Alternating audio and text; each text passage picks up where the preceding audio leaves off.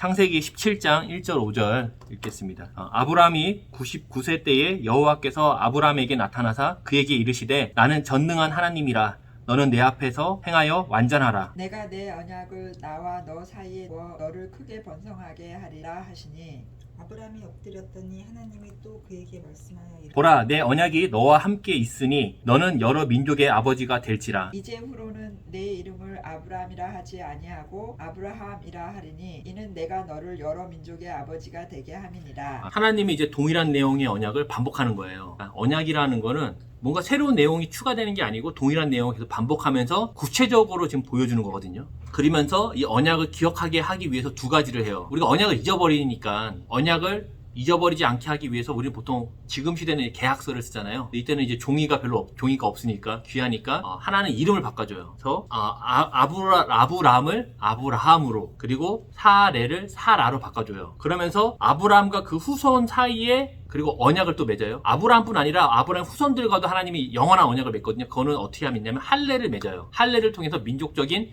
표시를 맺는 겁니다. 그래서 하나님은 언약을 기억하기 위해서 하나는 이름을 바꾸고 하나는 할례 언약을 이렇게 한다라는 거죠. 1절에 보니까 아브라함 나이가 몇 살이죠? 99세.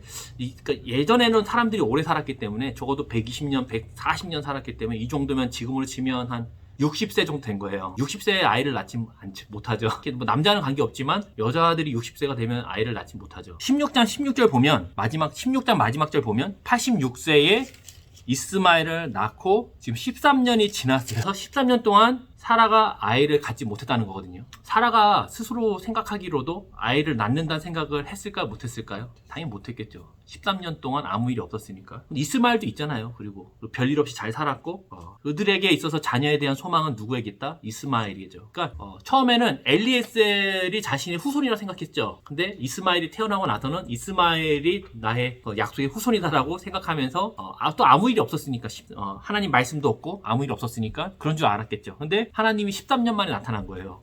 근데 13년 만에 나타났다 그러면 하나님이 1절부터 22절까지 독백을 해요. 하나님 자기 얘기를 해줘요. 계속 뭐 약속을 다시 언급해 주는데 후손에 대한 말씀을 계속 하시거든요. 근데 17절과 18절에 보면 아브라함이 중간에 껴들어요. 그러면서 자신의 생각과 이스마엘에 대한 요청을 하면서 하나님의 말을 중단하거든요. 당연하죠. 17절에 보니까 뭐라고 얘기하죠? 사라가 몇 세니? 90세인데 어떻게 출산합니까? 라고 물어봐요. 그러니까 되게 자연스러운 거죠. 이게 가장 큰 문제였고 또 13년 동안 침묵하시다가 아무 얘기 안 하시다가 갑자기 노인에게 그런 말을 한다는 것은 말이 안 되죠. 이거 좀 우리가 볼 때는 되게 우리가 이런 걸 막 넘어가지만 실제로 보면 말이 안 되는 거죠.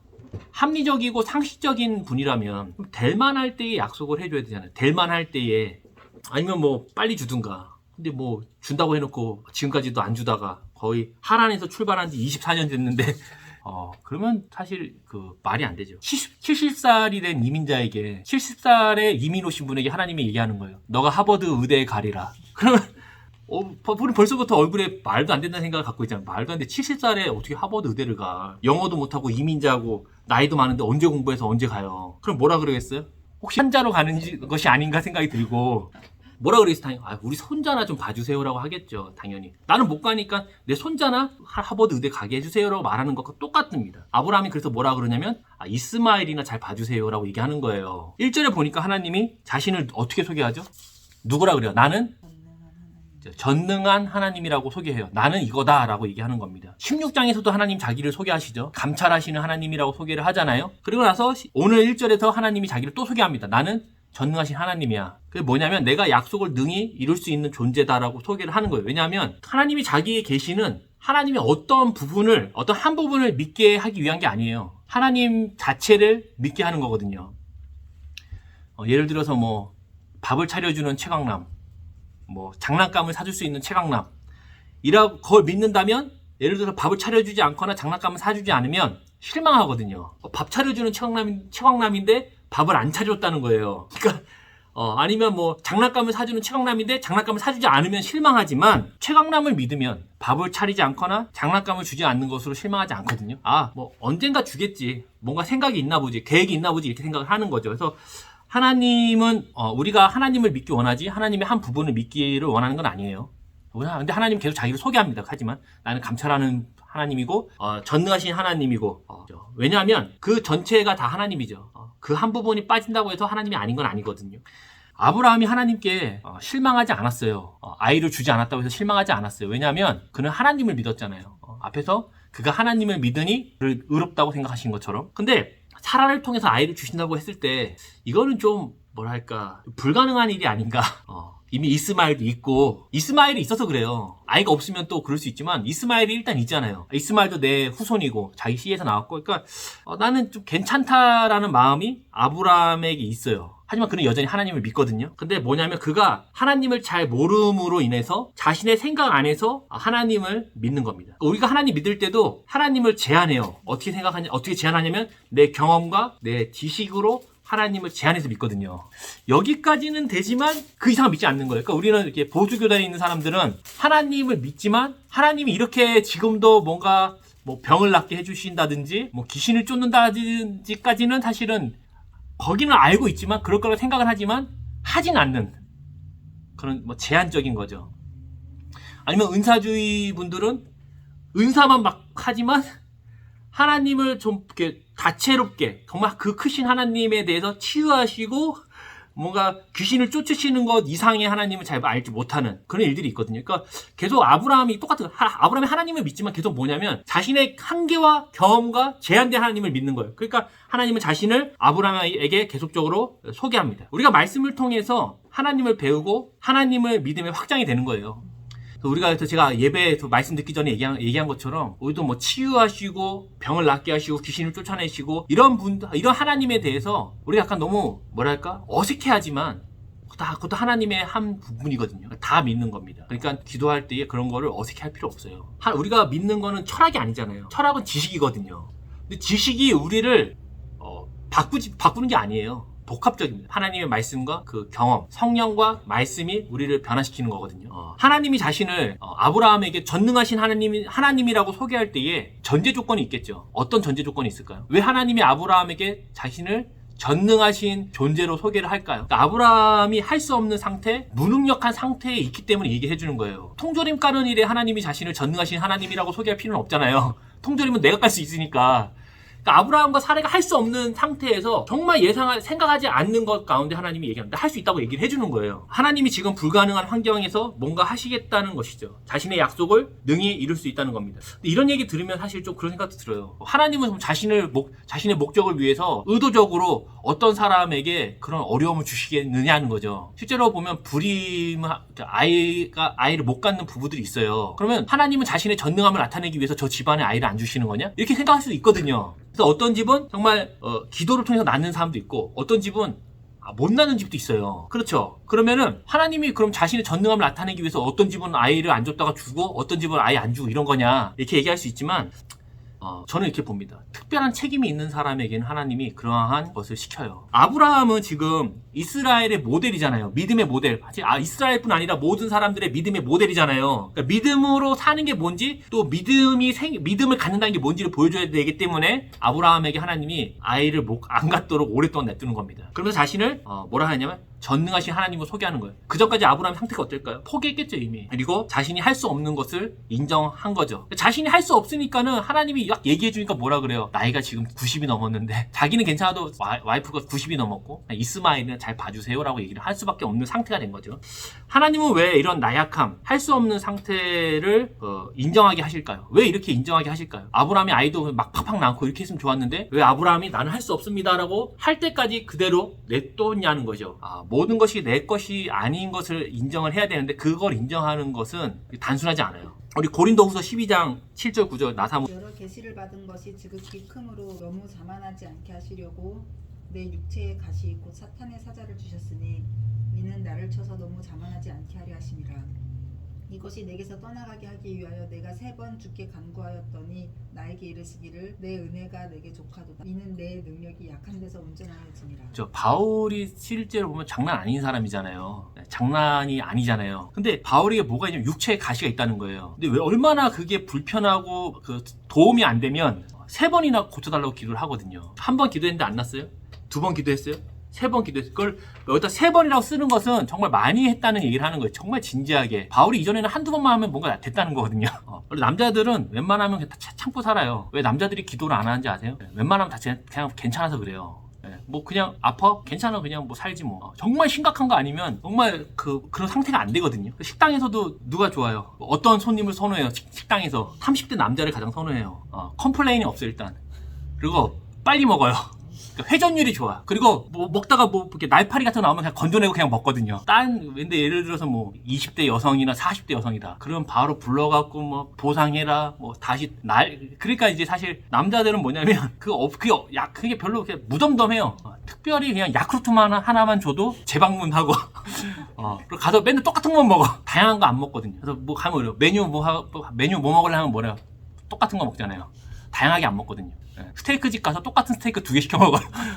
근데 이제 바울이 육체의 가시를 낫기를 3번을 기도할 정도면 진짜 이게 심각한 거거든요. 그러니까 그냥 참고 살만한 게 아니라는 거예요. 어떤 분들이 얘기해요. 바울이 믿음이 없다. 맞죠? 믿음이 없죠. 3번 기도하고 마치냐. 될 때까지 구해야 하고 낙심하지 말아야 되지 않냐. 이렇게 할 수 있지만 아마도 전도할 때도 도움이 안 됐을 거예요. 이게 그 육체의 가시라는 게 보일 거 아니에요. 밖으로. 이게 내면적으로 뭐 암이라든지 이런 건 보이지 않지만 가시는 밖에 보이는 거잖아요. 그래서 뭐 이게 여러 가지 의견이 있어요. 뭐 이게 안구증이다, 뭐 간질이다, 뭐 여러 가지 있지만 어쨌든 도움이 안 된 거예요. 그러니까 사람들이 얼마나 조롱했겠어요. 바울이 막 전도하고 그러면 뭐라 그랬어요? 야, 너나 병 낫고 와라. 너 아픈 거 다른 사람 병 고치는데 왜 네 건 못 고치냐? 마치 예수님이 십자가에 달렸을 때 그렇게 조롱했잖아요. 다른 사람은 구원해도 너는 구원 못하냐 했던 것처럼 바울이 그런 얘기 들었을 거거든요. 근데 우리도 그렇잖아요. 사업이 잘 되고 아이도 잘 돼야 순이 엄마 교회 가자 그러면 은혜가 되고 따라가잖아요.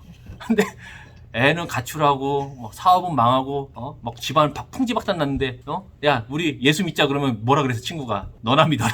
그러니까 우리 생각은 그런 거니까 바울이 그래서 기도하거든요. 하나님 육체 가시가 낫기를 위해서 기도하지만 주님이 얘기합니다. 바울에게 야, 너의 약함 너가 할 수 없는 그 자리에서 나의 능력이 나타난다는 거예요.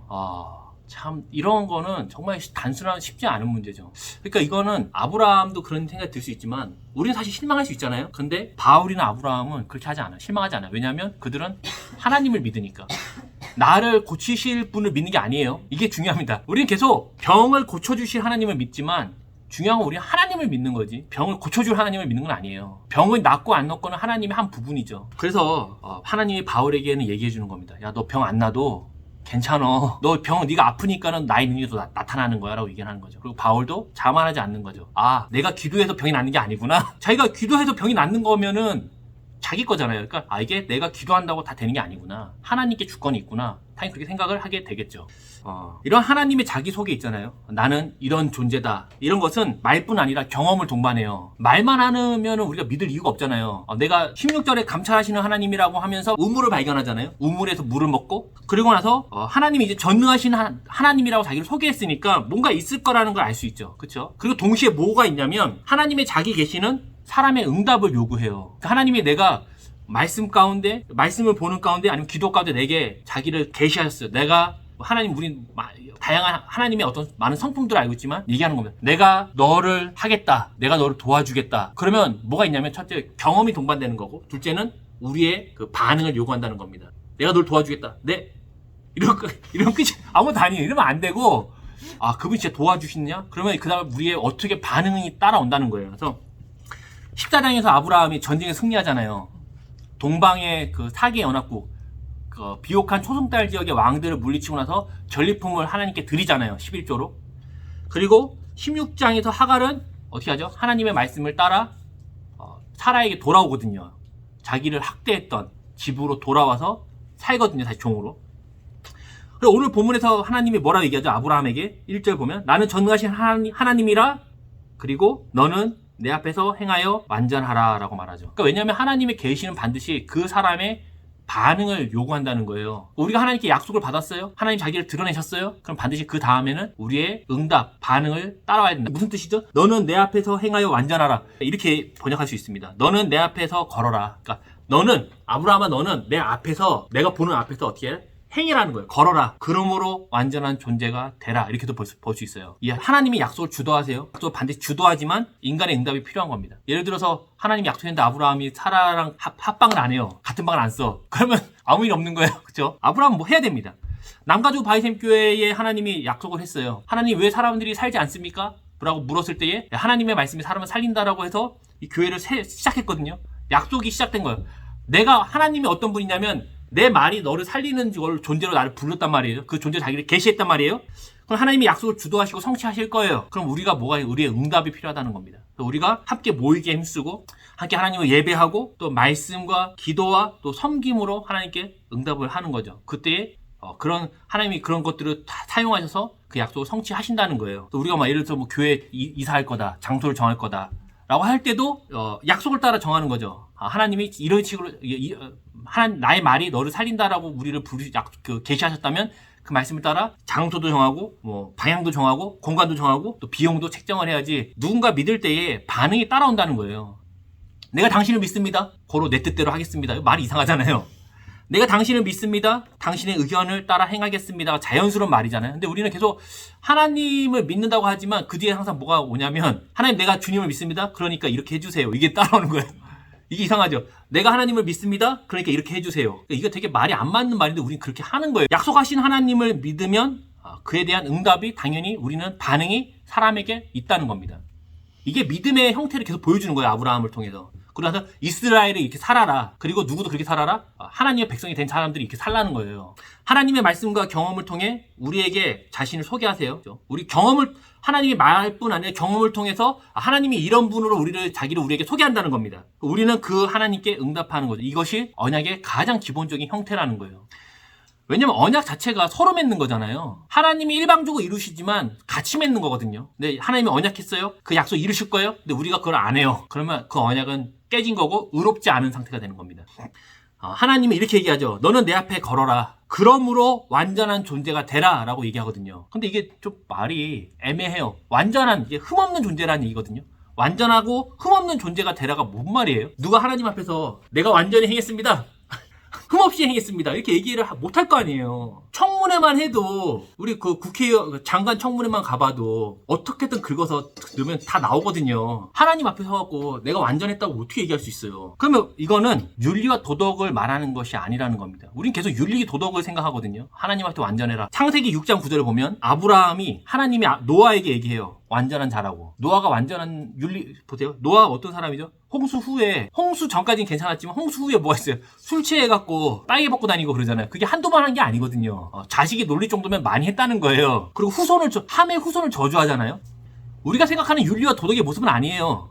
우리가 생각하는 윤리와 도덕의 모습은 웃으면서 이제 다음부터 안 그럴게 얘기하면서 자녀들을 품어주고 괜찮아 이거지만 그렇게 하지 않았거든요. 근데 하나님이 그를 완전한 자라고 평가하신 이유는 뭐냐면 그가 완전한 자라고 평가를 받는 이유는 뭐냐면 자신이 할 수 없는 또 능력이 되지 않는 상태에서 방주 지으라는 말에 들어서 그래요. 큰 방주를 만드는 일이잖아요. 그러면 선박술이 있고 권력이 있고 또 젊은 사람, 또 사람들에게 지지를 받는 사람을 하면은 되게 합리적이에요. 노아는 보세요. 선박술이 없어요. 노인이에요. 그리고 바다가 아니라 산에다가 배를 져요. 배를 왜 산에 지냐면 바다가 없을 수도 있지만 바다까지 나무를 가져갈 수가 없거든요. 그들은. 그러니까 노아는 뭐냐? 자신이 할 수 없어요. 지금. 보통 일반적인 사람들은 안 했을 거예요. 왜냐면 말이 안 되잖아요. 내가 어떻게 그걸요? 해본 적도 없고 지금이야 유튜브 보고 만들 수 있지만 해본 적도 없고 약함의 자리에서 뭐냐? 그 하나님의 말씀에 응답을 한 거거든요. 반응을 하는 거예요. 자신이 할 수 없는 자리, 약함을 인정하는 자리에서 하나님을 의지하여 걸어가 보는 것이 바로 완전한 자라고 얘기를 하는 거예요. 그러니까 우리가 완전하다 그럴 때 너무 특별하게 생각하지 말고 지금 아브라함이 어떤 상태예요? 할 수 없는 상태잖아요. 아이를 낳을 수 없는 상태, 자신이 할 수 없는 상태에서 하나님의 말씀에 그가 응답하면 그가 완전한 자라고 평가를 받는 거예요. 고린도 후서 아까 봤던 12장에서 바울에게 하신 주님의 말씀이 뭐예요? 나의 능력이 너의 약한 데서보다 완전해진다는 거거든요. 바울이 할 수 없다고 인정한 그 상태에서 하나님의 능력이 완전해지는 거예요. 그러니까 바울이 그때 반응하는 것보다 그가 완전한 자가 되는 겁니다. 어떤 분이 얘기해요. 기독교는 사람을 무력하게 만든다. 맨날 뭐 할 수 없다고만 말하고 맨날 뭐 우리는 할 수 없다. 우리는 나약하다. 이런 얘기하는 거 보니까 기독교는 나약한 종교다. 어떤 종교로 가보면 맨날 할 수 있다고 얘기하고 강한 힘을 가지라 그러는데 기독교는 문제가 있다 이렇게 얘기하는 거거든요. 그래서 교회들도 요즘에 그걸 영향을 받아서 긍정의 힘이라든지 잘 되는 나 같은 거, 뭐 하나님을 의지해서 우리가 뭘 하자 이런 식의 메시지가 막 나오는 거거든요. 근데 사실 진실하게 얘기해서 인생을 살면 살수록 내가 할 수 없거나 내가 한 것이 아님을 발견하는 게 더 많다는 거죠. 어릴 때는 뭘 모를 때는 다 할 수 있을 것 같아요. 나이가 들수록 인생을 살면 살수록 이게 내가 할 수 없는 일이 더 많다는 것과 그리고 그동안 내가 했던 것도 보니까 내가 한 게 아니라는 것을 많은 사람들이 얘기하거든요. 모든 것이 하나님의 은혜임을 믿고 하나님 앞에서 행하라고 얘기하는 겁니다. 전능하신 하나님이 너희 할 수 없음을 인정하는 그 자리, 그 앞에서 내 앞에서 걸어라. 그러므로 너가 완전한 존재가 되라고 우리에게 요구하신다는 거예요. 우리가 보면 내 앞에서 행하라고 말하는 이 부분도요. 이것은 우리가 할 수 없는 상태에서 뭔가 노력하는 것만을 얘기하는 건 아니에요. 그 왕 앞에서 행한다는 건 뭐냐면 왕의 책임과 보호가 포함되어 있는 거예요. 우리가 어릴 때 아이들이 이제 걸음마를 시작하잖아요. 두 발로 약간 이렇게 걷기 시작하잖아요. 그러면 애들은 어쨌든 뭔지 몰라요. 그냥 일단 두 발로 걷기 시작하면서 밖에 다닌단 말이에요.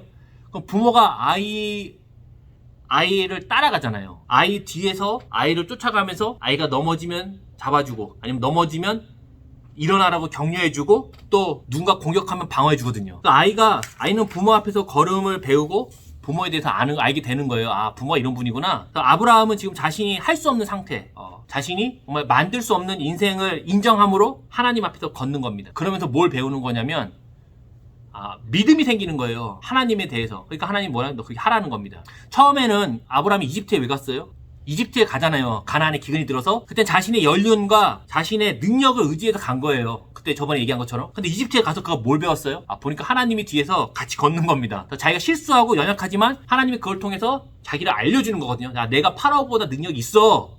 그리고 모든 것은 믿음의 영역이라는 걸 아브라함이 배운 거예요.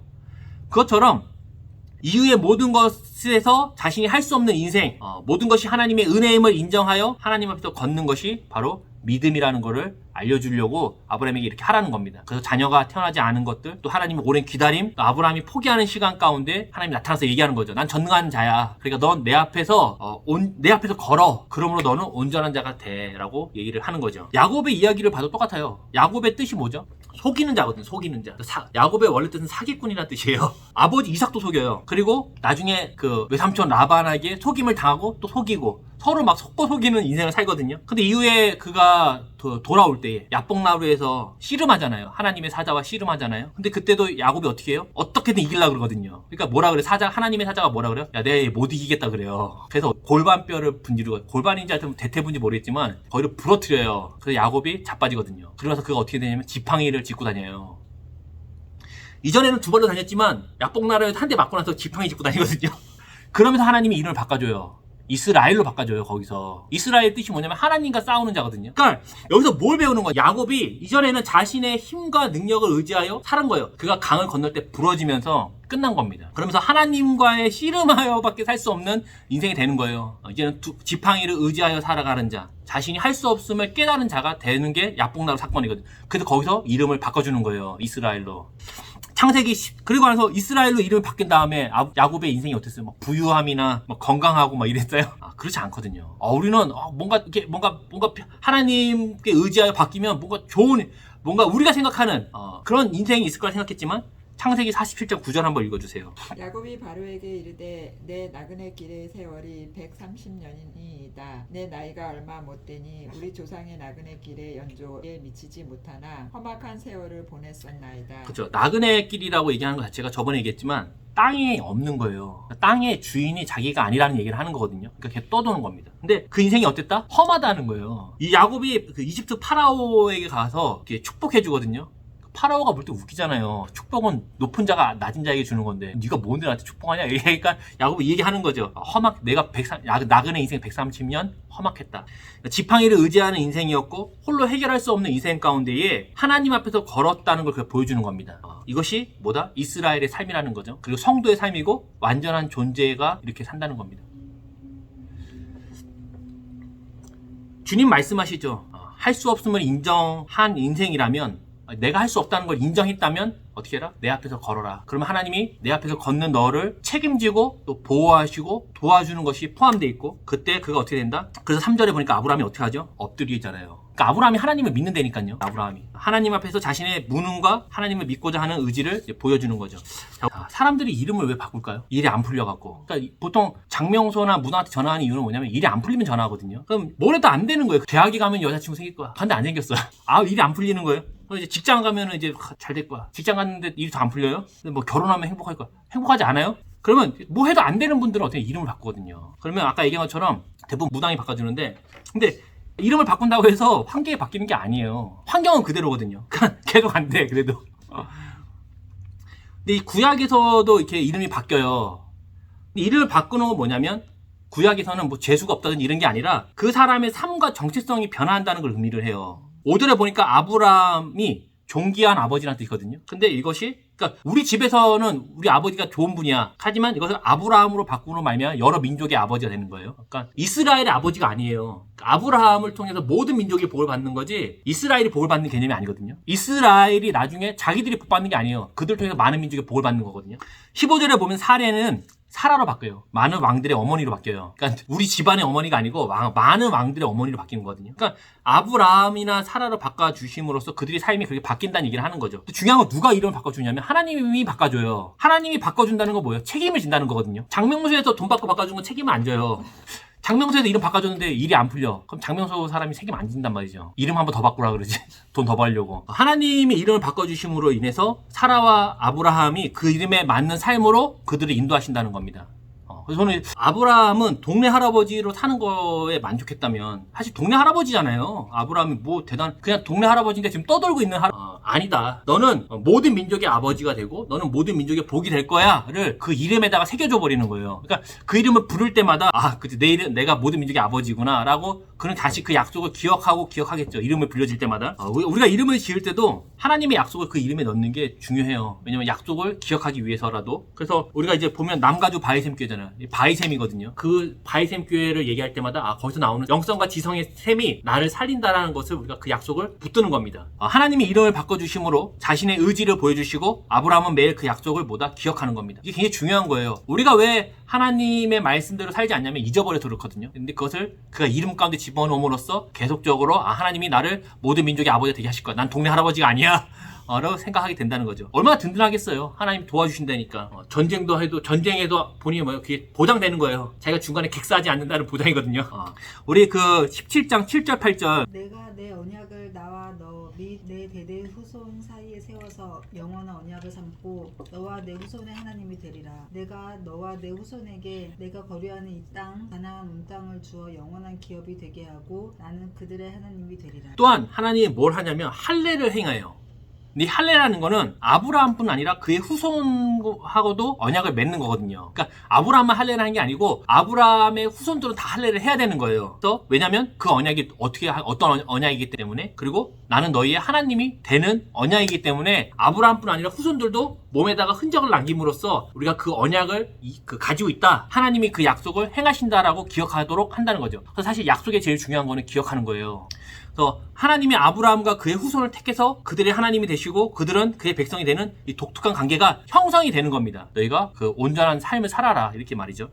마치 주인하고 세입자하고 계약하는 거라고 얘기할 수 있어요. 주인이 얘기합니다. 이 집은 당신뿐 아니라 당신의 후손, 또 당신의 후손과 후손의 후손까지 영원히 렌트비 100불에 거주할 수 있습니다. 그래서 당신뿐 아니라 당신 후손들도 이 팔에다가 독수리 문신을 새기세요. 왜냐면 그 종이는 영원하지 않으니까. 그러면 이 집이 내 집이지만 당신의 후손들이 영원히 머물 수 있습니다.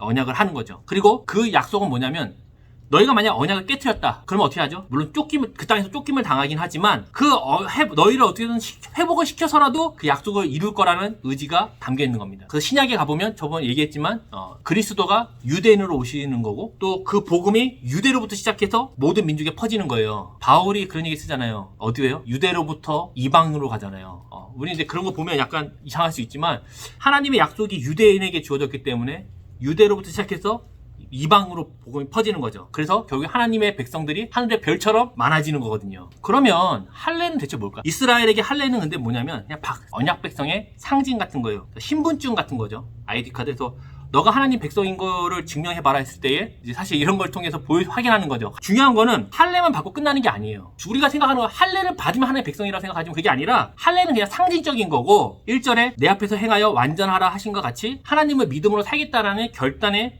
표시가 할례인 것이지 할례 자체가 언약의 성취는 아니라는 것이죠. 할례를 받았는데 하나님 백성으로 살지 않아요. 여전히 내가 주인이야. 내 맘대로 해. 그러면 할례는 소용없는 것이고 예레미야 9장 25절에서 26절 여호와의 말씀이니라. 보라, 날이 이르면 할례 받은 자와 할례 받지 못한 자를 내가 다 벌하리니 애굽과 유다와 에돔과 암몬 자손과 모압과 및 광야에 살면서 살적을 깎은 자들에게라. 무릇 모든 민족은 할례를 받지 못하였고 이스라엘은 마음의 할례를 받지 못하였느니라 하셨느니라. 네, 보세요. 할례를 받은 자와 할례를 받지 못한 자를 다 심판하신다는 거예요. 그러니까 우리는 그런 분도 있어요. 예수 믿으면 심판 안 받지 않냐? 마지막 날에 같이 심판 받습니다. 거기서 하나님이 가르시는 거지 그냥 통과되는 건 아니에요.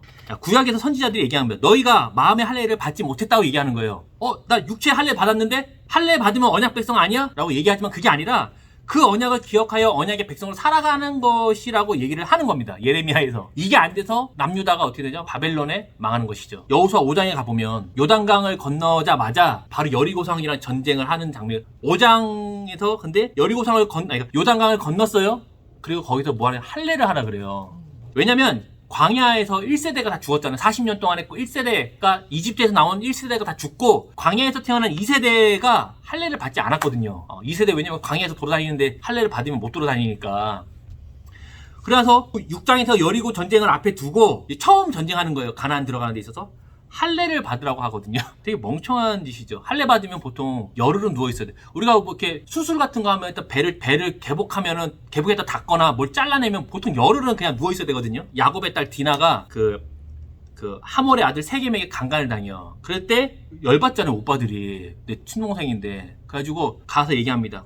그러면 우리가 화평하자. 너희가 할례를 받으면 우리가 같은 민족으로 봐서 우리가 화평할게 라고 거짓말하거든요. 그러니까 그 동네 사람들이 할례를 한단 말이에요. 그러면 어떻게 해요? 두 명이 가요. 시므온하고 레위 두 명이 가가지고 다 죽여버리거든요. 그러니까 남자 두 명이서 다 죽일 수 있을 정도로 할례 받으면 끝장이에요. 이거 급소지에 급소를 잘라내는 거 죽는 거거든요. 근데 이스라엘이 약속의 땅에 들어가기 전에 먼저 뭘 하는 거냐면 언약의 백성으로 준비가 되는 거예요. 언약의 백성이라는 건 뭐죠? 내가 할 수 없다는 겁니다. 이 전쟁은 우리가 쪽수와 실력으로 이길 수 없는 전쟁이라는 것을 인정하면서 시작되는 거거든요. 그러니까 할례를 받는 거예요. 할례 받으면 진짜 이거는 애들이 때려도 아프거든요. 죽는 거예요. 아브라함에게 하나님 말씀하셨죠. 완전한 존재가 되라. 너의 할 수 없음, 하나님밖에 의지할 수 없는 하나님만을 따르는 존재라는 것을 보여주는 게 할례입니다. 아브라함이 나이가 99세잖아요. 할례 어떻게 해요? 죽어요. 그 할아버지가 하면.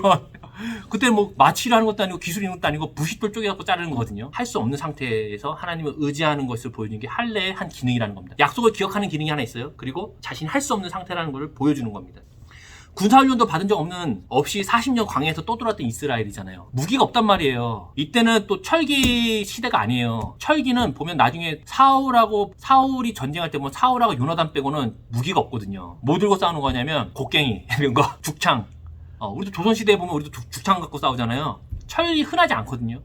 근데 무기가 없어요. 그리고 싸움에 훈련을 받아본 적 없는 사람들이 하나님을 믿음으로 사는 백성이라는 걸 보여주는 게 할례입니다. 할례를 하면 하나님 백성이 되는 게 아니고 할례의 상징성이 있다는 거예요. 그래서 하라는 겁니다. 우리가 찬송가 280장도 천부여 의지 없어서 손들고 옵니다. 이 찬양도 다 그런 내용이죠. 하나님 내 의지가 없어서 할 수 있는 게 없어서 손들고 옵니다. 할 수 없다는 거거든요. 성도는 의지할 것이 많아서 내가 할 수 있어서 꼭 주님이 아니어도 됩니다. 이 선택사항이 아니에요. 지금은 예수를 믿는 것은 선택사항이거든요. 문화와 레저와 여가와 종교 선택하는 거예요. 그래서 너 바빠. 하나를 뺍니다. 종교를 뺀다든지 레저를 뺀다든지 학원 가야 돼. 그러면 뭘 줄여야 돼요. 그러면 교회를 뺀다든지 이렇게 선택사항인데 그건 일단 성도가 아니고 성도에게 하나님이 요구하는 것은 아니라는 것이죠.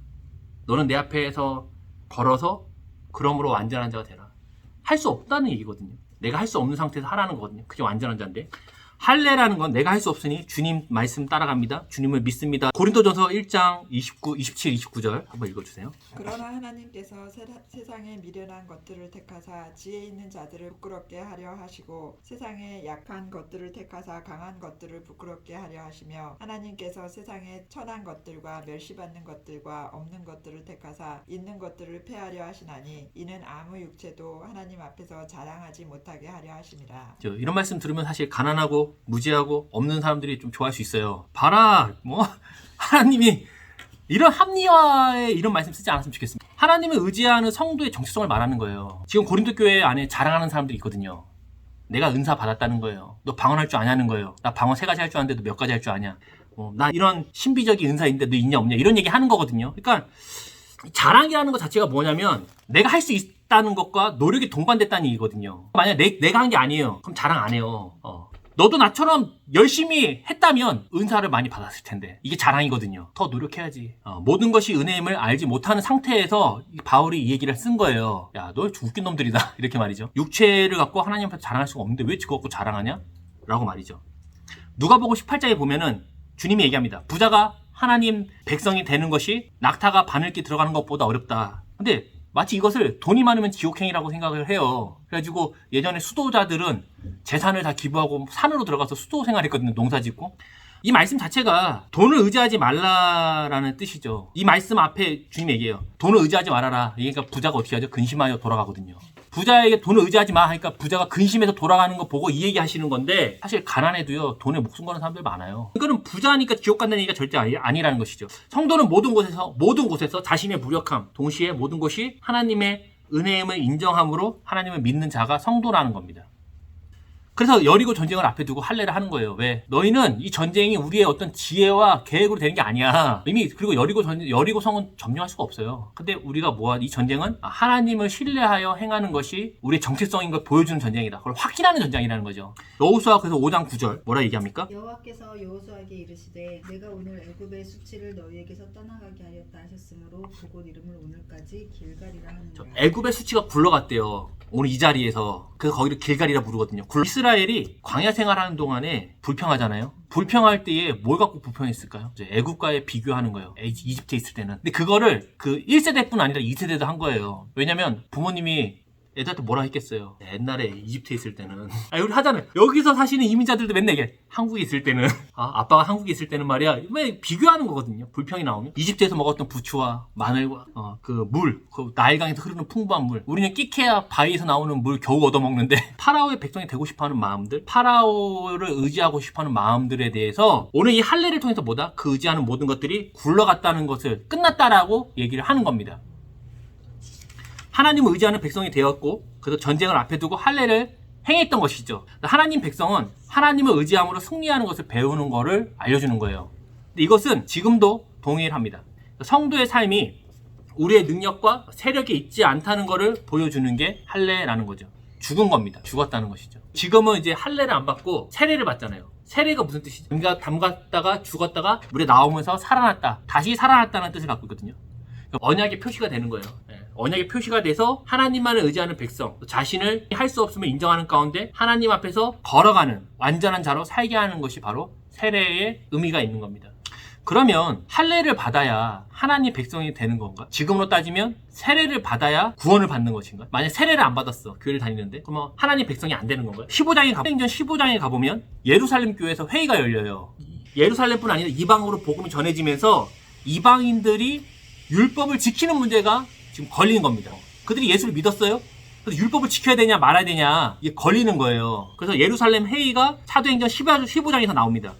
그 사도행전 15장 19절 20절에 베드로가 이렇게 얘기하죠. 읽어주세요. 그러므로 내 의견에는 이방인 중에서 하나님께로 돌아오는 자를 괴롭게 하지 말고 다만 우상의 더러운 것과 음행과 목매어 죽인 것과 피를 멀리하라고 편지하는 것이 옳으다. 베드로가 이렇게 얘기한 거예요. 보니까 고넬료의 집에도 가봤어. 이방인이었죠. 거기도 복음을 전하고 해보니까 거기도 성령이 오시더라. 하나님의 구원이 이방인에도 미친 거야. 근데 우리가 계속 그런 거 막 율법으로 해갖고 너희도 할례를 받아라 말아라 이런 얘기 하지 말라는 겁니다. 그러면서 구원을 위해서 억지로 할례를 받을 필요가 없다라고 베드로가 얘기를 해주는 거예요. 그 회의에서. 근데 유대인들은 자신이 할례를 받았던 것, 율법을 가지고 있다는 것을 굉장히 중요하게 생각해요. 그리고 그것으로 인해서 이방인들하고 비교하거든요. 사실 할례나 율법은 그걸 받았다는 건 그냥 책임을 지는 것이지 자랑하는 게 아니거든요. 하나님이 예를 들어서 나에게 뭔가 특별한 걸 맡겼어요. 그러면은 야 그거는 하나님이 나한테 맡겼어. 난 짱이 내가 최고야. 너희랑 나랑 달라를 얘기하는 게 아니고 그에 마땅한 합당한 책임과 의무를 부여하는 것인데 유대인들은 이 할례와 율법을 가지고 뭐 하는 거냐면 우리는 하나님 백성이다 라고 얘기를 하고 다닌다는 거예요. 저를 좋아한다는 겁니다. 그에 대한 책임과 의무는 지지 않았어요. 그러면서 사도행전에서 이방으로 복음이 퍼지니까 계속 뭐라 그래요? 야, 니네도 할례 받아. 니네도 율법 지켜. 얘기를 하는 겁니다. 그러니까 이방인들이 헷갈리는 거예요. 우리 그동안 예수 믿고 그 하나님 백성이 됐는데 그동안 먹었던 거 먹지 말라는 거예요. 돼지고기 이런 거. 자, 로마서 2장 17절 우리 읽어주세요. 유대인이라 불리는 내가 율법을 의지하며 하나님을 자랑하며. 유대인들이 율법을 자랑한다는 거죠. 나는 너희와 다르다. 이거를 계속 하는 거예요. 예전에 우리 그 고등학교 지금은 이제 유행이 지났지만 그 고등학생들 사이에서 이 잠바 패딩, 노스페이스 패딩을 갖고 등급을 나눴단 말이에요. 그래서 노스페이스 사장이 놀랬대잖아요. 한국에는 저렇게 사는 좋아한다고 자기 패딩 이렇게 많이 팔아준다고 한국에서 특별하게 감사 인사까지 했더라고. 고맙다고. 근데 이게 가장 찌질한 계급에 찌질한 등급은 25만 원짜리가 있어요. 제일 찌질한 게 그것도 엄청 비싸죠. 대장급 일진들이 입는 건 70만 원짜리. 그러니까 만약 내가 찌질한 계급인데 만약 60만 원짜리 입었다. 그럼 그날 옷 뺏기는 거예요. 그냥 잠바 뺏기고 집에 들어오고 막 그런 거거든요. 그러니까 뭐냐면 우린 다르다라는 것을 옷의 등급으로 매기면서 자랑을 하지만 정작 학생처럼 살지 않는다는 겁니다. 똑같은 거예요. 야, 나 70만 원짜리 입었어. 근데 삶은 학생이 아니야. 이런 식입니다. 율법을 가졌어요? 나 할례했다고 자랑해요? 근데 하나님의 백성 살지 않아요. 이런 개념을 얘기하는 겁니다. 로마서 2장 18절 20절 읽어주세요. 율법의 교훈을 받아 하나님의 뜻을 알고 지극히 선한 것을 분간하며 맹인의 길을 인도하는 자요 어두움에 있는 자의 빛이요 율법에 있는 지식과 진리의 모본을 가진 자로서 어리석은 자의 교사요 어린아이의 선생이라고 스스로 믿는. 그렇죠. 이게 스스로 그걸 믿는다는 거예요. 이게 맞아요. 이스라엘의 사명은 바로 이거거든요. 하나님의 말씀을 받아서 그 뜻을 알아서 선한 것을 분별하고 사람들을 인도하고 어둠에서 있는 자들 빛으로 하고 이런 것이 맞는데 하나도 안 하면서 뭐라고 스스로 그렇게 믿는다는 겁니다. 나 그런 존재야. 21절 이하 보면은 이들이 율법을 지키지 않아요. 이렇게 얘기합니다. 우상 숭배하고 간음하고 도둑질하고 신전의 물건을 훔친다고 얘기하거든요. 그러니까 장난 아니죠. 자기들이 예배하는 성전에 가서 그 물건을 훔친다는 건 사실 저는 정말 이해가 안 되더라고요. 그런데 종교인이 되면 그렇게 할 수 있을 것 같아요. 얘네들이 쌓아놓거든요. 창고에다가. 왜냐면 사람들이 헌금하잖아요. 눈먼 돈이에요. 현찰이거든요. 카드가 아니에요. 현찰이기 때문에 빼갈 수 있다는 거죠. 그러니까 그들은 스스로 그렇게 믿어요. 구약에 의해서 자기들이 이방이 비치고 믿어. 근데 중요한 건 자기들은 그 율법을 안 지킨다는 겁니다. 안 지키면서 뭐 하냐면 우린 율법을 했고 가졌고 할례를 받았어라고 얘기를 한다는 거죠. 로마서 2장 25절 내가 율법을 행하면 할례가 유익하나 만일 율법을 범하면 내 할례는 무할례가 되느니라. 그죠. 할례 자체가 그냥 언약 백성의 표시라는 것이지 그 자체가 어떤 효과가 있다는 게 아니라는 거예요. 유대인들은 할례를 통해서 아브라함의 자손이고 구원받은 하나님의 백성이라는 것을 확인했거든요, 서로가. 그래가지고 이게 그 로마 통치 시절에는 그 할례 받은 유대인들이 자신의 신분을 감추고 싶은 거예요. 유대인이라고 말하고 싶지 않은 거예요. 근데 그때는 올림픽을 하면 빨개 벗고 했거든요. 그래서 할례를 감춥니다.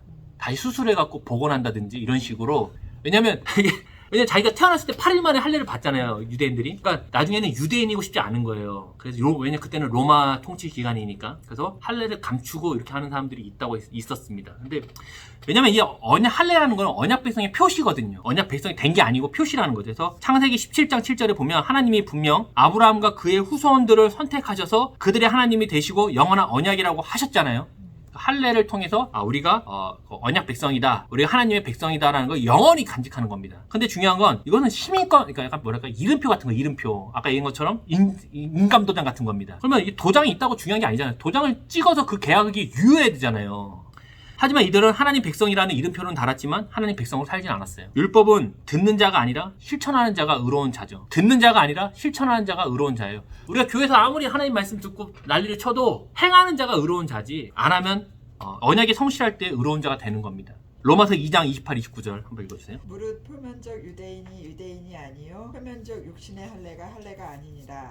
오직 이면적 유대인이 유대인이며 할례는 마음에 할지니 영에 있고 율법 조문에 있지 아니한 것이라. 그 칭찬이 사람에게서가 아니요 다만 하나님에게서니라. 할례를 받는 거는 몇 가지 의미가 있어요. 첫째 뭐냐? 표면적으로 유대인이 되는 것. 두 번째, 육신의 할례를 받는 것. 또 율법의 문자에 따라 할례를 받는 거거든요. 근데 이게 대비되는 거, 이 반대되는 이에 대해서 대비되는 게 뭐냐면 이면적, 그러니까 속사람으로 유대인이 되는 것이 있고요. 또 성령님으로 인해서 마음의 할례를 받는 것이 있다고 얘기를 하는 거예요. 하나님이 백성으로 사는 진정한 할례가 바로 이거다라고 바울이 얘기하는 겁니다. 바울은 유대인이잖아요. 이런 얘기하니까 유대인들이 싫어하겠어요? 좋아하겠어요? 싫어하죠. 그래서 바울이 이쁨을 받을 수가 없어요.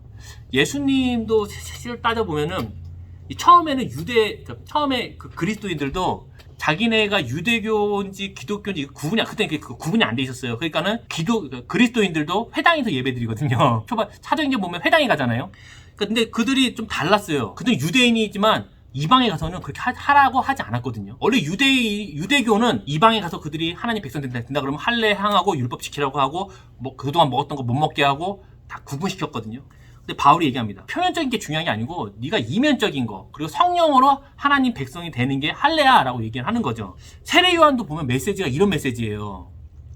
할례를 받아라 이렇게 세례를 받아라 이렇게 하고 끝나지 않거든요. 세례와 할례가 이제 같은 비슷한 개념이니까 세례 요한이 이렇게 얘기하죠. 회개에 합당한 열매를 맺어라. 그리고 너희는 속으로 아브라함이 우리 조상이라고 생각하지 말아라. 왜냐면 우리 할례 받았으니까 아브라함의 조상, 우리가 아브라함 후손이야. 그럼 우리가 하나님 백성이야 라는 생각하지 말라는 거예요. 그러면서 하나님께서는 이 돌들도 아브라함의 자손으로 만들 수 있다 얘기를 하는 겁니다. 그러니까 할례 같은 거는 율법 가졌다고 네가 하나님 백성이라고 얘기하지 마. 회개에 합당한 열매를 가져 라고 세례 요한도 얘기한 거예요. 그러니까 되게 세례 요한으로도 사실 따지고 보면 유대교 그러니까 어떤 종교 지도자들에게 있어서는 좋은 눈은 아니죠. 할례와 혈통으로 하나님의 백성이 되는 게 아니라는 겁니다. 마태복음 7장 21절에 주님이 그런 얘기, 예수님이 얘기하시죠. 나더러 주여 주여 하는 자마다 다 천국에 들어갈 것이 아니요 다만 하늘에 계신 내 아버지의 뜻대로 행하는 자라야 들어가리라.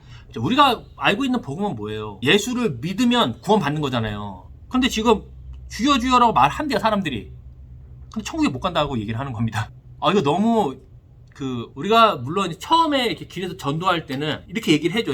정말 가볍게 얘기해 줍니다. 이 시간 같이 기도문 읽으시면 하나님의 자녀가 됩니다. 그렇게 얘기를 하지만 실제로는 아니에요. 그죠? 아니라는 거예요. 물론 전도할 땐 그렇게 해야 그 사람이 그럼 어떻게 합니까? 그럼 우리 뭐 교회가 다시 이렇게 얘기할 수 있지만 거기서 끝난다면 아무것도 아니라는 겁니다. 주여 주여라고 다 얘기한다는 거예요. 주님, 이 시대에 많은 분들의 신앙이요 개인하고 체험 중심의 개인적인 거예요. 선택사항이고 실용적입니다. 실용적인 기독교 시대가 된 거예요. 그래서 도움이 되냐 안 되냐, 교회를 다니는 게 내 마음에 평안이 되냐 안 되냐, 이거거든요. 세상에서 볼 때는 굳이 교회를 안 다녀도 되는 겁니다. 왜냐면 실용주의에 따라서 결정하니까. 나는 예수를 믿으니까 구원을 받았다고 말하지만 믿은 후의 삶은 생각하지 않는 거죠. 지금 시대는. 또 이런 하나님에 대해서 무지한 신앙은 항상 결과의 잘됨과 안됨으로 평가를 받게 돼 있어요.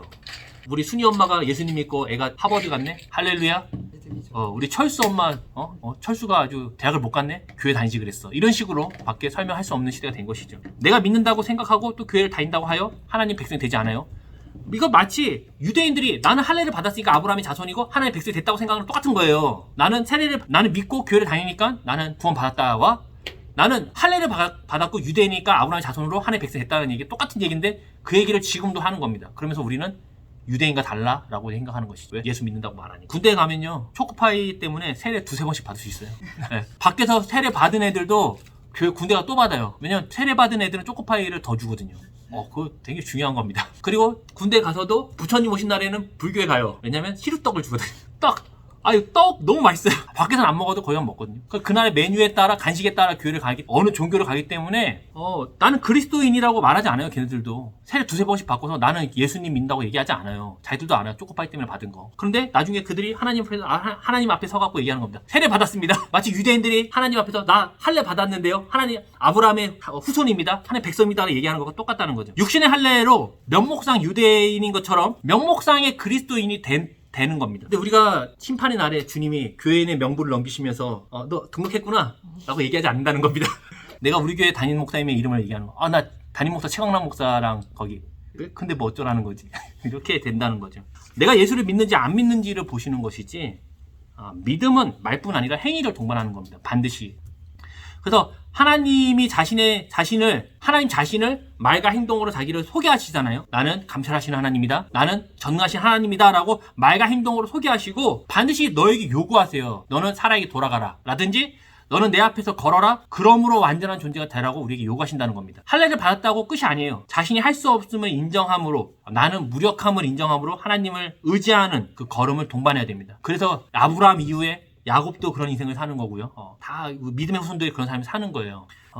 살면서 내가 할 수 없는 것들을 많이 만나게, 취업이 안 된다든지 갑자기 가정이 어려워진다든지 사업이 망한다든지 몸이 아프다든지, 근데 이것은 정상입니다. 자연스러운 거예요. 저주받은 게 아닙니다. 자연스러운 거예요. 시편 103편 15, 17, 18절 인생은 그날이 풀과 같으며 그 영화가 들의 꽃과 같도다. 여호와의 인자하심은 자기를 경외하는 자에게 영원부터 영원까지 이르며 그의 의는 자손의 자손에게 이르리니 곧 그의 언약을 지키고 그의 법도를 기억하여 행하는 자에게로다. 그렇죠. 인생은 풀과 같다는 거예요. 풀이 오늘은 엄청 화려하게 폈지만 좀 지나면 없어지거든요. 물론 풀은 뭐 자기가 인생이 졌다 폈다 생각하지 않지만 인생이 이와 같다는 거죠. 들의 꽃과 같다는 거죠. 근데 뭐냐면 여호와 인자하심이 있어요. 누구에게? 할례를 행한 자에게, 교회에서 세례받은 자에게, 교회 등록한 사람에게가 아니에요. 언약을 지키고 그의 법도를 기억하여 행하는 자입니다. 그러니까 우리가 할례를 받고 이름을 바꾸고 세례를 받는 모든 것은 뭐냐면 기억하는 거예요. 뭘? 하나님의 말씀을 기억하여 행하기 위함이라는 거죠. 알 수 없는 인생이고 할 수 없음이 인정되는 인생 앞에서 하나님 앞에서 행하는 것, 이것이 성도고 참 할례를 받은 성도라는 겁니다. 우리가 할 수 없는 게 많아요. 사실입니다. 그때에 그게 정상이라는 겁니다. 할 수 없음, 그게 인생의 자연스러운 것이고 그때에 뭐냐면 여호와의 법도를 기억하여 행하는 겁니다. 그를 하나님이 그 언약을 맺은 성도요, 할례 받은 자요, 참 그 이스라엘로 인정해 주신다는 것이죠. 이사야 2장 22절 우리 읽어주세요. 너희는 인생을 의지하지 말라. 그의 호흡은 코에 있나니 새말같이 어디 있느냐.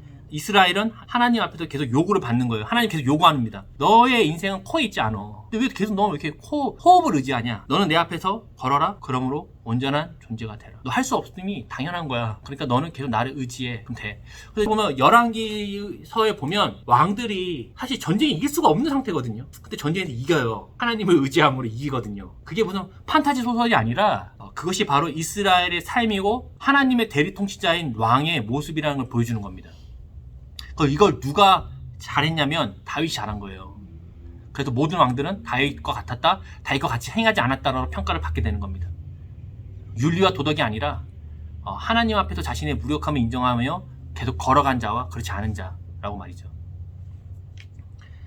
아무것도 아닌 나를 인정함으로, 사실 이거 되게 아프거든요. 나 괜찮은 사람이고 싶고 인정받고 싶은 사람이고 싶어요, 모든 사람은. 근데 이거를 그렇지 않다라고 인정하는 게 너무 힘든 거예요. 특히 이거는 젊은 사람들 더 힘들어합니다. 내 친구들 대기업 다니는데 나는 중소기업도 못 다녀. 공무원 시험 준비하는데 맨날 떨어져. 내 친구는 공무원 됐는데 난 뭐야. 아무것도 아니라는 걸 인정하기 너무 힘들지만 그 가운데 하나님을 의지하여 걸어가는 자가 바로 할례 받은 자라는 겁니다. 성도요, 하나님 백성이라는 거죠. 하나님을 찬양하고 고백하고 그 백성으로 살고 하나님께 기도하고 형패와 상급이 되는 그 주님을 우리는 만나게 되는 겁니다.